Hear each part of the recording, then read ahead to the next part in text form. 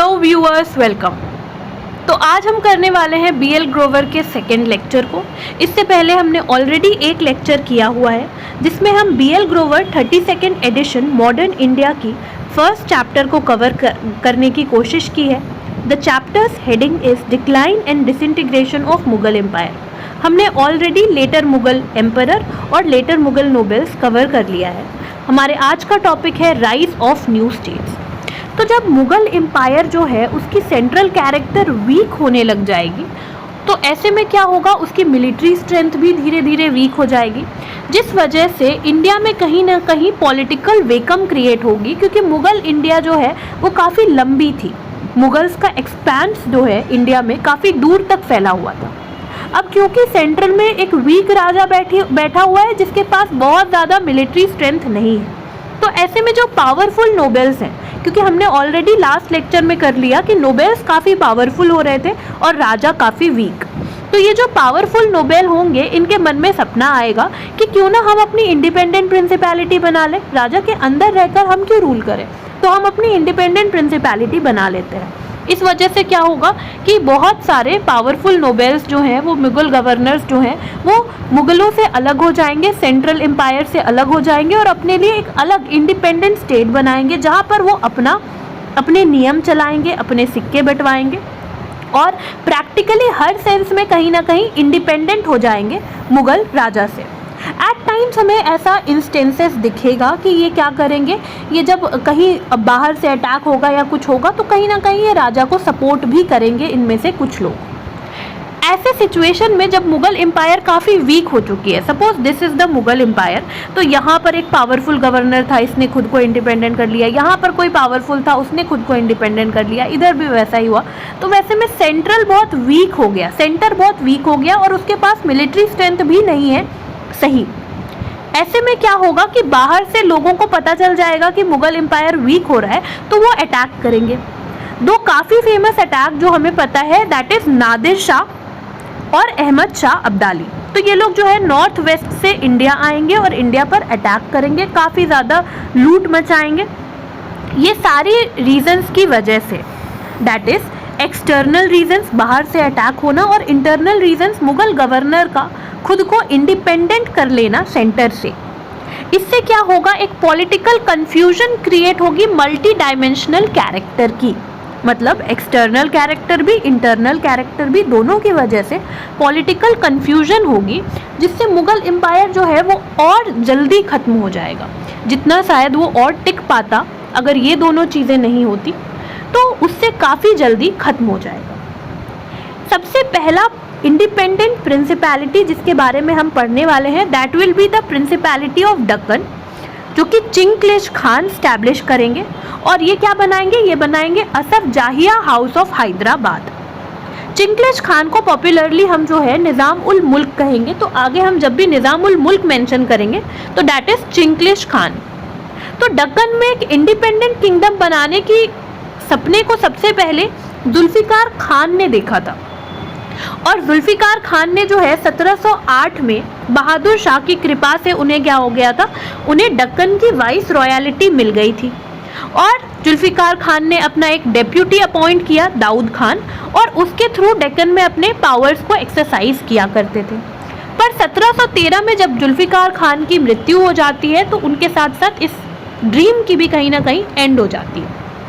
1713 में फिर चिंग्लेज खान जो हैं वो सैयद ब्रदर्स की मदद से क्या करते हैं, वाइस रॉयलिटी ऑफ डेक्कन को क्या कहीं ना कहीं प्राप्त कर लेते हैं। लेकिन 1715 में क्या होता है, हुसैन अली को, जो कि सैयद ब्रदर्स में छोटे भाई हैं, तो वो जो है वो आ जाते हैं और वो दक्कन के सूबेदार बन जाते हैं। लेकिन 1720 में जैसा हमने ऑलरेडी पिछले लेक्चर में देखा कि हुसैन अली को मार दिया जाता है, असैसिनेट कर दिया जाता है, तो चिंग्लेज खान को एक बार फिर से रीअपॉइंट कर दिया जाता है मोहम्मद शाह की तरफ से सूबेदार ऑफ डेक्कन।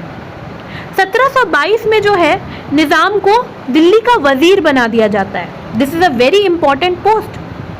लेकिन वज़ीर बनने के बाद जो है निज़ाम काफ़ी कोशिशें करते हैं कि कहीं ना कहीं वो प्लेजर लविंग सोवरेन को जो है और उनको उनके जो फ्लैटरर्स हैं जो उनकी बड़ाई करते हैं और उनको सही नहीं देखने दे रहे, उनसे दूर करें, कुछ चीज़ों को ठीक कर सके। यहाँ पर एक एग्जाम्पल दी गई है कि Charles two of England, Charles to जो राजा थे इंग्लैंड की, तो उनको जैसे क्लेयरडन ने कहीं ना कहीं उनके ड्यूटी को बताने की कोशिश की थी क्लेरेंडन ने, उसी तरीके से कहीं ना कहीं निज़ामुल मुल्क ने कोशिश किया कि मोहम्मद शाह को भी वो सेंस ऑफ ड्यूटी दे सके।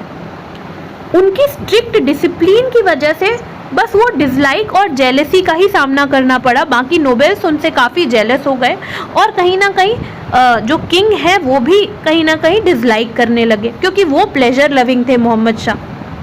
ऐसे में निज़ाम काफ़ी ज़्यादा दुखी हो गए, उन्हें समझ आ गया कि कुछ भी ठीक नहीं किया जा सकता है सेंटर में।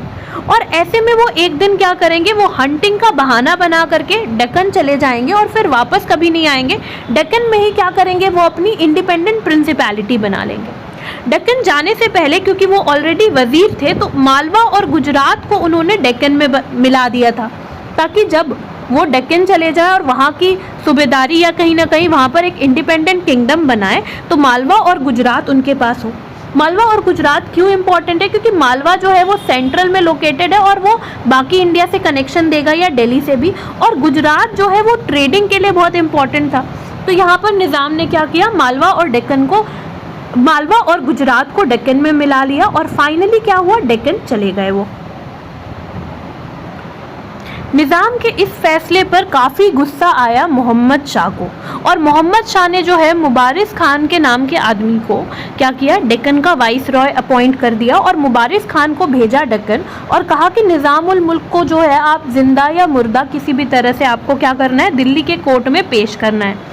मुबारिस खान गए भी, पर निज़ामुल मुल्क तक काफ़ी स्ट्रॉन्ग हो गए थे डेक्कन में, और उन्होंने जो है बड़ी आसानी से मुबारिस खान को मार दिया। एक फेमस बैटल होता है यहाँ पर जिसे नाम दिया गया है बैटल ऑफ शक्कर खेड़ा। तो बैटल ऑफ शक्कर खेड़ा में जो है निज़ामुल मुल्क मुबारिस खान को मार देते हैं। ऐसे में मोहम्मद शाह को एक सिग्नल मिल जाता है कि वो निज़ामुल मुल्क का कुछ बिगाड़ नहीं सकते। तो अपनी इज्जत बचाने के लिए मोहम्मद शाह क्या करते हैं, निज़ामुल मुल्क को कंफर्म कर देते हैं कि आप ही जो हैं, आप ही डेक्कन के वाइस रॉय हैं। 1725 में कंफर्म करते हैं और उन्हें खुश करने के लिए असफ जाह की उपाधि भी दे देते हैं। निज़ाम के लिए ऐसा नहीं है कि डेक्कन में सब कुछ बहुत ही इजी था। डेक्कन में जो है लगातार मराठाओं का रेड होते रहता था, बट निज़ामुल मुल्क जो है वो काफ़ी ज़्यादा क्लेवर थे। He was a very clever politician. तो इन्होंने क्या किया, इनको समझ में आ गया कि मराठा से, क्योंकि अभी जो है डेक्कन में एक इन्फेंट नेशन इन्होंने बनाया है, तो ये मराठाओं से लड़ेंगे तो नेशन जो है वो वीक हो जाएगा। तो इन्होंने क्या किया, इन्होंने मराठाओं को सजेस्ट किया, बाजीराव वन जो कि मराठा पेशवा थे, उनको सजेस्ट किया कि आप इतने स्ट्रॉन्ग हैं तो आप क्यों नहीं क्या करते हैं, मराठा एक्सपेंशन को नॉर्थ इंडिया की तरफ ले जाते हैं। बाजीराव वन को ये प्लान काफ़ी अच्छा लगा और उन्होंने कहीं ना कहीं वेलकम किया इस प्लान को। एक या एक से ज़्यादा ओकेजन में ऐसा देखा गया कि निज़ामुल मुल्क ने क्या किया, मुग़ल एम्पायर के डिफेंडर की तरह खुद को साबित किया। इसमें दो केस ऐसा है कि सबसे पहले तो बाजीराव वन ने जब मुग़ल एम्पायर पर अटैक करने की कोशिश की तो निज़ामुल मुल्क से भी उनकी भिड़ंत हुई भोपाल में। हालांकि निज़ामुल मुल्क जो है वो इसमें हार गए। दूसरा मौका जब निज़ामुल मुल्क ने जो है दिल्ली को बचाने की कोशिश की, मुग़ल एम्पायर को बचाने की कोशिश की, इवन आफ्टर जब वो निज़ाम बन चुके थे या कहीं ना कहीं वो जो है डेक्कन में अपनी इंडिपेंडेंट प्रिंसिपैलिटी उन्होंने बना लिया था, उसके बाद उन्होंने ये दोनों काम किया। पहला तो बाजीराव वन से जो है कहीं ना कहीं बैटल ऑफ भोपाल में जो है बैटल किया ताकि दिल्ली को बचाया जाए, और दूसरा जब नादिर शाह जो है वो अटैक करेंगे इंडिया पर तो करनाल में ये लड़ने जाएंगे निज़ामुल मुल्क नादिर शाह से ताकि दिल्ली को बचाया जा सके।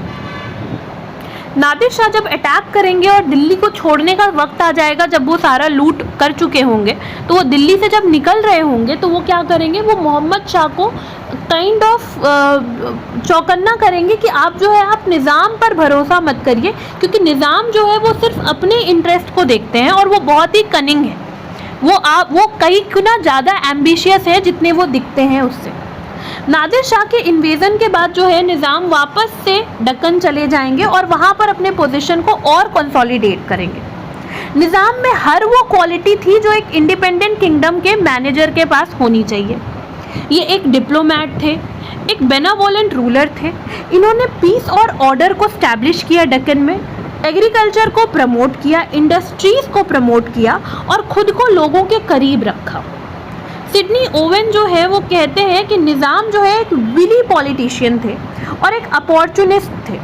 उन्होंने पूरी कोशिश की कि मुग़ल एम्पायर जो है वो वापस से चलने लगे, जब उन्हें समझ आ गया कि ये एकदम इम्पॉसिबल वाली बात है, तो उन्होंने क्या किया, उन्होंने खुद को और बाकी कुछ लोग जो डिज़र्विंग थे उनको जो है इस डूबती जहाज़ से निकाल लिया और कहीं ना कहीं डेक्कन में जा कर के एक इंडिपेंडेंट सोवरेन किंगडम बना लिया। ठीक चिंग्लिस खान की तरह जिन्होंने निज़ामुल मुल्क की उपाधि ली और हैदराबाद को एक इंडिपेंडेंट प्रिंसिपैलिटी बना दिया, वैसे ही आते हैं सादत खान। सादत खान ने बुरहानुल मुल्क की उपाधि ली और इन्होंने जो है अवध को एक इंडिपेंडेंट प्रिंसिपैलिटी बना दिया। यहाँ पर Awadh is not AWADH, it is OUDH, the spelling is correct. तो इन्होंने जो है अवध को जो है एक इंडिपेंडेंट प्रिंसिपैलिटी बनाई। सादत खान जो है ये एक शिया मुसलमान थे और सैयद ऑफ निशापुर के जो है वंशज हुआ करते थे। 1720 में इन्हें जो है बियाना का फौजदार बनाया गया। इन्होंने जो है सैयद ब्रदर को मारने में इनका भी हाथ था, ये भी षड्यंत्र में मिले हुए थे और इस वजह से मोहम्मद शाह की नज़रों में ये काफ़ी उठ गए। उन्हें काफ़ी रिवॉर्ड भी दिया गया, तो फौजदार से सीधा इन्हें जो है 5000 का मनसब दिया गया और बाद में मनसब को बढ़ाकर 7000 का कर दिया गया। इन्हीं दौरान इन्हें बुरहान उल मुल्क की उपाधि भी दी गई। 1720 से 1722 के समय में इन्हें आगरा का गवर्नर बनाया गया, जहां पर ये अपने डेप्यूटी नीलकंठ नागर की मदद से रूल किया करते थे। लेकिन समय बीतते ही कोर्ट में जो है इनके फेवर में जो भी चीज़ें हो रही थी वो थोड़ी कम हो गई और इनको जो है कैपिटल से बाहर ड्रैग कर दिया गया और इन्हें गवर्नर बना दिया गया औध का। लेकिन ये कहीं ना कहीं क्या कहते हैं ना, आपदा में अवसर, तो ये ब्लेसिंग इन डिस्गाइज थी सादत खान के लिए औध का गवर्नर बनना, क्योंकि औध जो है वो सेंटर से दूर में था। तो इन्होंने ईज़िली जो है औध को क्या किया, एक इंडिपेंडेंट मुस्लिम किंगडम बना लिया अपने लिए और अपने अकॉर्डिंग वहाँ पर जो है नियम चलाने लगे, रूल करने लगे। 1739 में जब भारत में नादिर शाह के आक्रमण होंगे तो दिल्ली की तरफ से, मुग़ल एम्पायर की तरफ से सादत खान को भी बुलाया जाएगा और सादत खान जाएंगे दिल्ली असिस्ट करने। करनाल के युद्ध में वो लड़ेंगे भी, पर उन्हें एक बंदी बना लिया जाएगा नादिर शाह के द्वारा।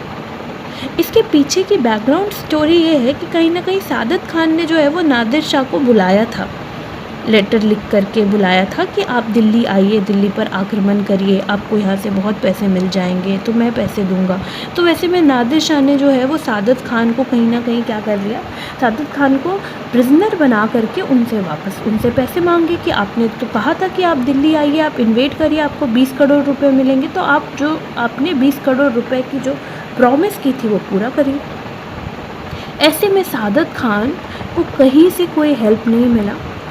उन्होंने खुद को देखा कि वो काफ़ी हेल्पलेस हो चुके हैं और डेस्परेशन में आकर के उन्होंने जो है जहर ले लिया और अपने जीवन को 1739 में ही ख़त्म कर लिया। सादत खान के कोई बेटे नहीं थे और इनकी जो बेटी थी उनकी शादी इन्होंने अपने भतीजे सफदार जंग से करवा दिया था। तो अब नेक्स्ट रूलर कौन बनेंगे औध के, सफदार जंग बनेंगे और मोहम्मद शाह जो कि मुग़ल बादशाह हैं, ये एक फरमान जारी करेंगे जिससे ये बता देंगे कि सफदर जंग जो है उनको कंफर्म करेंगे कि वो ही अवध के नवाब हैं। मोहम्मद शाह के बाद आएंगे अहमद शाह। अहमद शाह जो है वो सफदर जंग को अपना वज़ीर भी बनाएंगे। He and his successors came to be popularly known as Nawab Wazir. तो सफदर जंग और उनके जो आगे आने वाले वंशज होंगे उन्हें नवाब वज़ीर कहा जाएगा, क्योंकि ये कहीं ना कहीं मुग़लों के वज़ीर भी हैं और साथ साथ औध के नवाब भी हैं। 1819 में 7th रूलर जो हैं सादत खान के हाउस के, वो जो है वो टाइटल लेंगे किंग ऑफ औध के। उससे पहले तक इन्हें जो है नवाब वज़ीर ही कहा जाता था। Next in the series is Rohillas and Bangash Pathan. तो रोहिल्लास और बंगाश पठान की बात की जाए तो गैंगेटिक वैली के इन एंड अराउंड ये बसेंगे, तो दिल्ली के इन एंड अराउंड ही ये बसेंगे। तो रोहिल्लास और बंगाश पठान जो हैं अपने लिए इंडिपेंडेंट प्रिंसिपैलिटीज़ दिल्ली शहर के इन एंड अराउंड जो है वो डेवलप करने की कोशिश करेंगे। दाऊद जो कि एक अफ़गानी सिपाही हैं और वो उनके बेटे जो हैं अली मोहम्मद खान, ये लोग जो है साथ मिल करके क्या करेंगे, बरेली डिस्ट्रिक्ट के इन एंड अराउंड एक स्मॉल स्टेट बना लेंगे अपना। और ये क्या करेंगे, ये इसे बाद में कहेंगे कि ये एक इंडिपेंडेंट स्टेट है जिसका नाम है रुहिलखंड। और रुहिलखंड कहाँ से कहाँ तक फैली हुई है, तो कुमाऊँ पर्वत से लेकर के, कुमाऊँ पर्वत इसके नॉर्थ में है, और इससे लेकर के गंगा जो कि इसकी साउथ में है, यहाँ तक ये इसका जो है ये क्या है, ये नॉर्थ एंड साउथ एक्सटेंट है। तो एक तो ये स्टोरी हो गई कि बरेली डिस्ट्रिक्ट में कौन है, बरेली डिस्ट्रिक्ट में दाऊद हैं और उनके बेटे हैं अली मोहम्मद खान। तो दाऊद और अली मोहम्मद खान ने क्या किया है, बरेली डिस्ट्रिक्ट में रोहिलखंड करके अपना एक इंडिपेंडेंट स्टेट बना लिया है। इसकी नॉर्दर्न टेरिटरी कुमाऊँ हिल है और सदर्न टेरिटरी को सराउंड करती है गैंजेस। ईस्ट की बात करें और पूरब में जाएंगे तो हम क्या देखेंगे, एक दूसरा अफ़गान है, एडवेंचरर है, जिसका नाम है मोहम्मद खान बंगाश। तो दाऊद और अली मोहम्मद खान बरेली में है और मोहम्मद खान बंगाश जो है वो खुद को फारुखाबाद का रूलर बनाएंगे और फिर धीरे धीरे जो है इलाहाबाद और बुंदेलखंड में भी अपना राज चलाएंगे। तो हम देख सकते हैं कि रोहिलास और बंगाश पठान कहाँ कहाँ फैले हुए हैं, तो बरेली डिस्ट्रिक्ट में है, फारुखाबाद में है, इलाहाबाद और बुंदेलखंड में है। बात की जाए बंगाल की, तो मुर्शीद कुली खान जो हैं वो बंगाल को एक कहीं ना कहीं वो बंगाल के इंडिपेंडेंट स्टेट के फाउंडर हैं। और औरंगज़ेब के समय से ही मुर्शीद कुली खान जो हैं वो दीवान की ऑफिस पहले उन्हें मिलती है और बाद में वो जो है बंगाल के डिप्यूटी गवर्नर बन जाते हैं प्रिंस अजीमुश शान के अंदर। और प्रिंस अजीमुश शान के बाद जब फारूक शियार भी रहते हैं तो वो बंगाल के डिप्यूटी गवर्नर हैं। फारूक शियार के बाद जो है 1713 में क्या होता है, मुर्शीद कुली खान जो हैं उनको गवर्नर ऑफ बंगाल बनाया जाता है। इससे पहले ये डिप्यूटी थे। और 1719 में क्या किया जाता है, बंगाल में उड़ीसा को जोड़ दिया जाता है कि आप बंगाल का भी चार्ज करिए और आप उड़ीसा का भी इंचार्ज, आप उड़ीसा के भी इंचार्ज बन जाइए। मुर्शीद कुली खान काफ़ी कैपेबल थे और उन्होंने बंगाल में काफ़ी अच्छे काम किए, जिससे बंगाल में ट्रेड और कॉमर्स काफ़ी फ्लरिश किया। 1727 में मुर्शीद कुली खान की जो है डेथ हो जाती है और मुर्शीद कुली खान के जो जवाई हैं सुजाउद्दीन, ये मुर्शीद कुली खान को सक्सीड करते हैं। इस समय में क्या होता है, मोहम्मद शाह जो हैं वो सुजाउद्दीन के चार्ज में क्या करते हैं, पहले से ही बंगाल और उड़ीसा तो मुर्शीद कुली खान के ही समय में उनके चार्ज में आ चुका है। और मोहम्मद शाह क्या करते हैं, सुजाउद्दीन को बिहार की भी गवर्नरशिप सौंप देते हैं। सुजाउद्दीन की जब डेथ हो जाती है 1739 में, तो सुजाउद्दीन के बेटे हैं सरफराज खान। सरफराज खान उन्हें सक्सीड करते हैं, बट एक ही साल के बाद क्या होता है, 1740 में सरफराज खान के अंदर जो बिहार के डिप्यूटी गवर्नर होते हैं, अलीवर्दी खान नाम होता है, ये बिहार के डिप्यूटी गवर्नर हैं। तो ये सरफराज खान के अगेंस्ट क्या करते हैं, कहीं ना कहीं रिबेलियन कर देते हैं। और ऐसे में क्या होता है, सरफराज खान को हरा देते हैं और मार भी देते हैं घेरिया जगह पर। और इसके बाद क्या होता है कि जो बंगाल की भी सारी पावर है, तो वो सारी की सारी पावर कहाँ आ जाती है, अलीवर्दी खान के पास। तो सबसे पहले क्या है, औरंगज़ेब के समय में मुर्शीद कुली खान दीवान बनते हैं बंगाल के और फिर डिप्यूटी गवर्नर बन जाते हैं। औरंगज़ेब के बेटे अजीमुश शान के समय में फारूक शियार तक ये डिप्यूटी गवर्नर रहते हैं। 1713 में जो है इन्हें क्या कर दिया जाता है, बंगाल का गवर्नर बना दिया जाता है और उड़ीसा को भी ऐड कर दिया जाता है।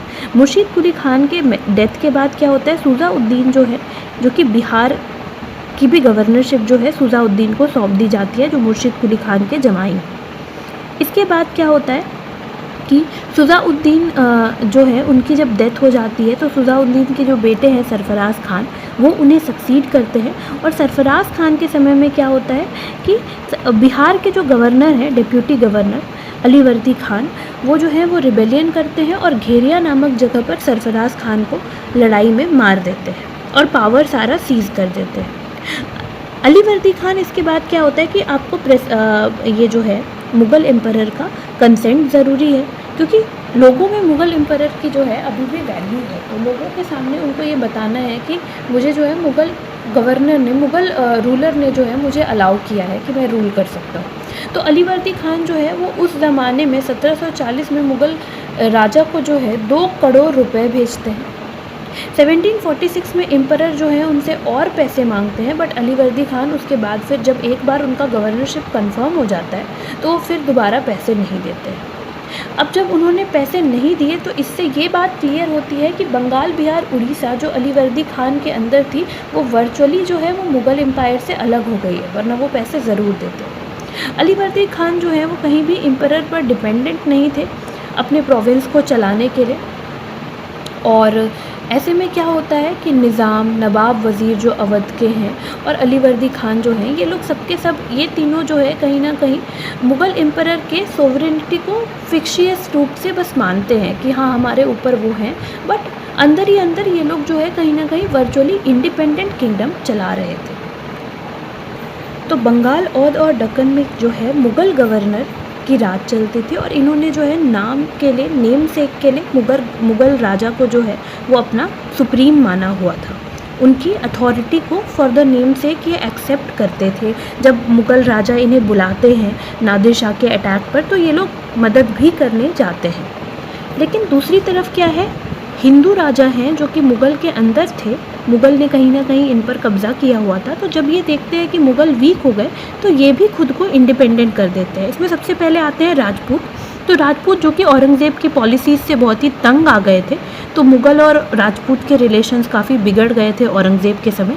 तो वो भी एक मौके की तलाश में थे कि कैसे उन्हें इंडिपेंडेंस मिले। और क्या होता है, ऐसा मौका उन्हें तब मिलता है जब बहादुर शाह राजा बनते हैं। तो औरंगज़ेब जैसे चले जाते हैं, औरंगज़ेब की जैसे ही डेथ हो जाती है तो उन्हें पता चल जाता है कि एक स्ट्रॉन्ग एम्परर चला गया। और ऐसे में बहादुर शाह के समय में काफ़ी ज़्यादा रिबेलियन या खुद को इंडिपेंडेंट करने की कोशिश की जाती है। ऐसे में बहादुर शाह को जो है एक बार जोधपुर में मार्च भी करना पड़ता है और ऐसे में अजीत सिंह जो हैं वो सबमिट करते हैं 1708 में। और अजीत सिंह के सबमिट करने के बाद फिर बहादुर शाह वापस चले जाते हैं और इसके बाद फिर यहाँ पर अजीत सिंह क्या करते हैं, एंटी मुग़ल लीग बना लेते हैं।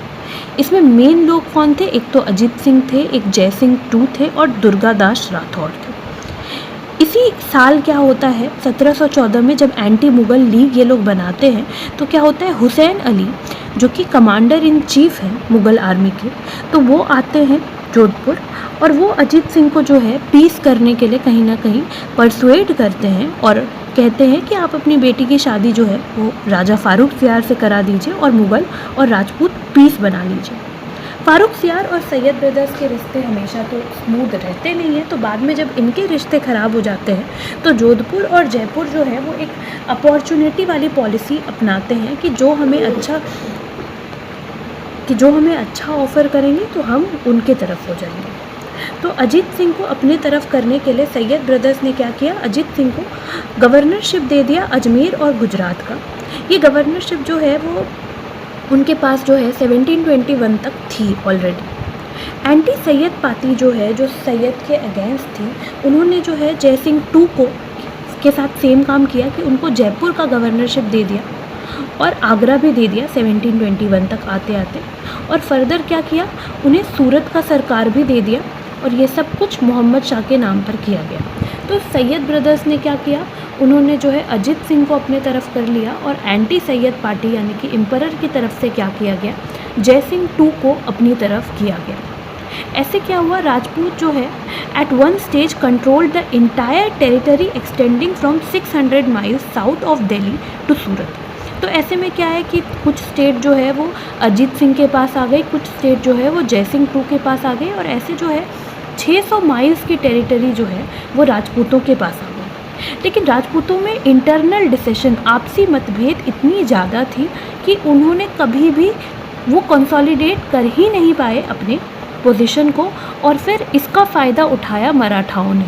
तो जब राजपूत अपने पोजीशन को कंसोलिडेट नहीं कर पाए तो मराठा बार बार जा कर के राजपूत किंगडम्स पर रेड डाला करते थे।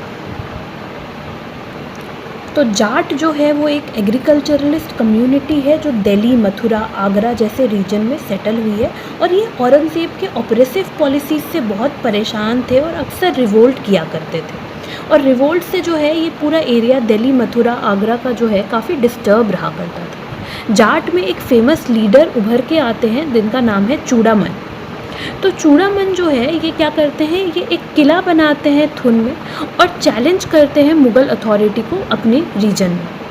मुग़ल आर्मी, क्योंकि हमने रिसेंटली अभी जस्ट पढ़ा कि राजपूत में क्या हुआ, मोहम्मद शाह ने जय सिंह टू को आगरा का जो है गवर्नर बनाया और फिर तो वो मुग़ल आर्मी के अंदर आ गए। तो जय सिंह टू ने क्या किया, वो मुग़ल गवर्नर के हैसियत से वो जो है वो चूड़ामन के अगेंस्ट जो है 1721 में एक मार्च निकालेंगे और चूड़ामन की जो फोर्ट बनाई थी चूड़ामन ने उसको कैप्चर कर लेंगे। चूड़ामन डेस्परेशन में जो है वो सुसाइड कर लेंगे और चूड़ामन के बाद जो है उनके भतीजे बदन सिंह जो हैं वो जाट के लीडरशिप को अज्यूम करेंगे, उनके पावर को बढ़ाएंगे और 4 नए किले बनाएंगे, दिग, कुमेर, वेर और भरतपुर में।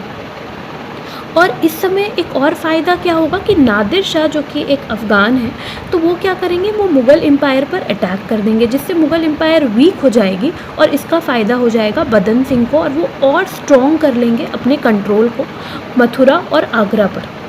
और फिर फाइनली वो फाइंड आउट करेंगे भरतपुर किंगडम, उसकी फाउंडेशन को रखेंगे। नादिर शाह के बाद जब अहमद शाह अब्दाली आएंगे उनके चेले, तो वो कहीं ना कहीं बदन सिंह को एक्सेप्ट करेंगे और उनके किंगडम को भी सिग्निफिकेंट मानेंगे और बदन सिंह को टाइटल दिया जाएगा राजा का और महेंद्र का। तो राजा महेंद्र बदन सिंह ये जो है ये कौन है, ये भतीजे हैं चूड़ामन जाट के। इसके बाद फिर 1707 से लेकर के 63 तक में सूरजमल आएंगे और सूरजमल जो है वो किंगडम को सक्सीड करेंगे और फिर 1756 में क्या होगा कि भरतपुर किंगडम में और डोमिनेंस आ जाएगा और ये कहीं ना कहीं इन सारी चीज़ों की क्रेडिट जो है किसे दी जाती है, सूरजमल को दी जाती है, जो 1756 से जाट कम्युनिटी को लीड करेंगे। 1707 में इनका जन्म हुआ था।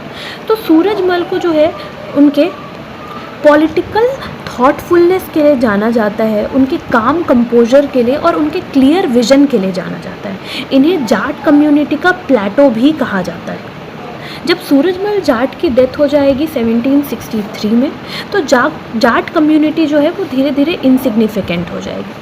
हालांकि अंग्रेज़ों को भी लगेगा कि ये इनसिग्निफिकेंट हो गई है और जब लॉर्ड लेक जो है वो आएंगे और कोशिश करेंगे इनको हराने की, भरतपुर को कैप्चर करने की 1805 में, तो ऐसे हालात में लॉर्ड लेक को जो है वो काफ़ी ज़्यादा बदनामी और ह्यूमिलिएशन का सामना करना पड़ेगा, वो इस एरिया को कैप्चर नहीं कर पाएंगे। Next in the series is the Sikh.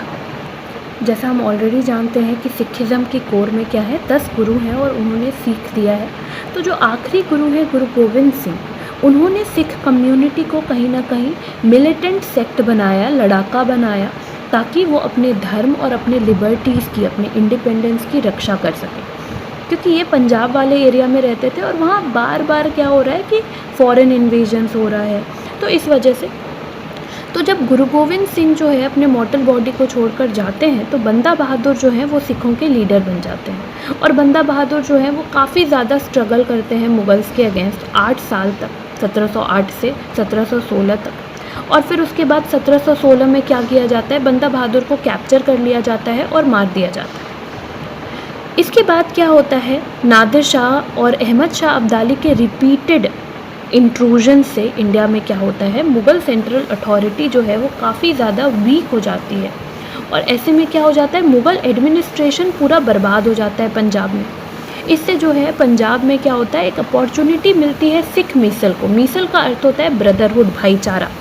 तो सिख मीसल जो है ये बहुत सारे, सपोज इतना किंगडम है जो सारे सिख हैं, तो ये बहुत सारे मीसल्स में ऐसे करके डिवाइडेड थे। तो ये सारे के सारे मीसल जो हैं वो एक हो जाते हैं और एक लार्जर पार्ट में खुद को क्या करते हैं, पंजाब में इस्टेब्लिश करते हैं और सारे के सारे एक हो जाते हैं। तो ये पूरा का पूरा पंजाब में क्या होता है, सिख मीसल इस्टेब्लिश हो जाता है और मुग़ल यहाँ से हट जाते हैं। इसके बाद आते हैं मराठा।